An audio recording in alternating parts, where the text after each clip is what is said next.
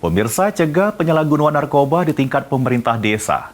BNNK Muara Enim melakukan tes urin untuk perangkat desa di 3 kecamatan Semender Raya, Muara Enim. Dari 26 desa yang ada, sebanyak 29 wong tak hadiri tes.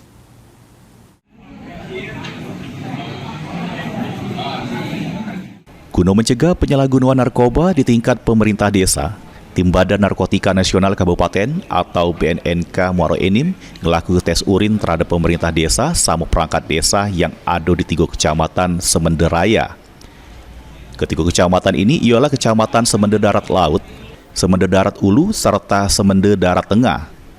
3 kecamatan ini meliputi 26 desa dengan 160 wong perangkat desa, termasuk kepala desa, perangkat Badan Permusyawaratan Desa atau BPD, Badan Usaha Milik Desa, serta pengurus organisasi Merah Putih.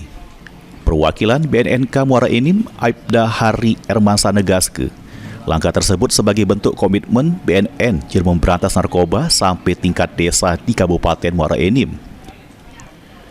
Untuk di Kecamatan Semender Raya, tes urin dipusatkan di Kecamatan Semender Darat Laut. Dari ketiga kecamatan yang melok tes urin, 29 wong dak datang. Salah sikoknya yang tidak datang ialah Kepala Desa Tanjung Agung dengan alasan berada di Kota Palembang. Ada 26 desa ya, 26 desa. Jumlah yang melaksanakan tes urin 160, yang hadir 131, yang tidak hadir itu 29 orang.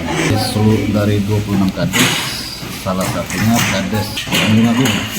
Kepala desa itu informasi dari pihak kecamatan itu lagi di Palembang. Segala peserta tes urin dinyatakan negatif. Bagi 29 wong perangkat desa yang tak melok tes urin, bakal dilakukan pemanggilan tegas untuk datang ke BNNK Muara Enim secepatnya. Mardiansah, PAL TV.